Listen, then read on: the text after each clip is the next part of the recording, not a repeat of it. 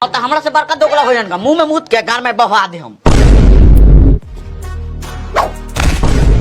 मुंह में मुत के गार में बहा देबे। हाँ।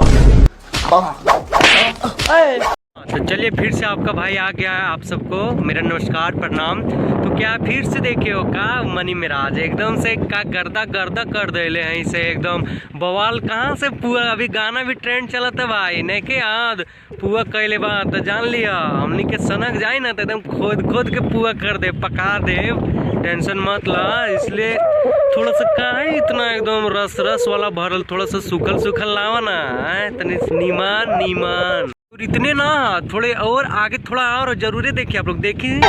मम्मी जी अरे साला का अभी निशा नहीं के फटल अचार चटाओ हमार लार चटावा ना कब से देखा नहीं अचारे चटावल जाता कह जोक बचते बचते आखिर पिटाइए गे नहीं।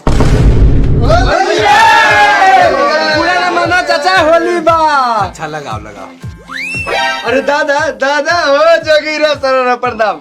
होली है भाई जोगीरा सररा होली है जोगीरा सररा होली है। हाँ बबुआ ज्यादा नीचा ना तो सुस्ताए गड़ी पकड़ा जाता हूँ। देख ले भाइयों होली खेलबे तो खेलबो ना तो चुपचाप चल जाबो। हे खुशी के दिन में तोरा से झगड़ा नहीं के करे के। आओ लगा ले लेकिन देख लिया अपना हिसाब से काहे कि हमनी का खच्चर लइका बन जाओ मार काट में आगे रही ले। ओके मत लगाओ साला तारी पीले बा। लागो लागो फैली से लागो होली है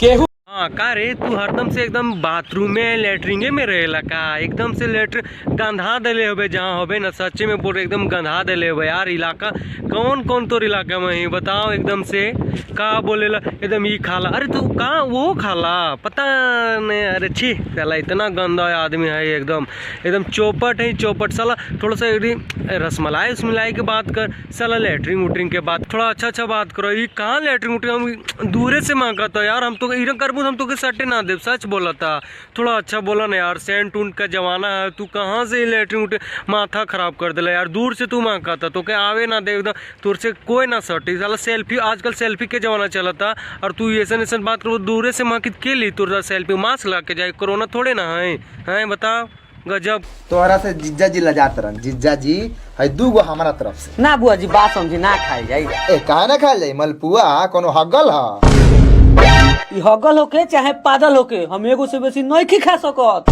देखू मेहमान और शब्द बात मत बोलू।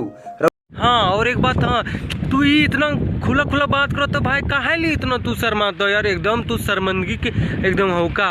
अरे इतना जब करे तो खोल के डाल दो ना जरूरी है कोई अपन डाल दो साला एकदम दिखा दो वही का कहिला एकदम है गजब कर दे बोल के हमनी खुश चाहे कि नाराज लेकिन इतना जरूर है कि तो माई बाबू जरूर खुश हो का एकदम से देसी स्टाइल में डालता हो एकदम बाबू माई के साथे में दिखा दिया खोल के कहाँ कहाँ डालल जाला से गजब।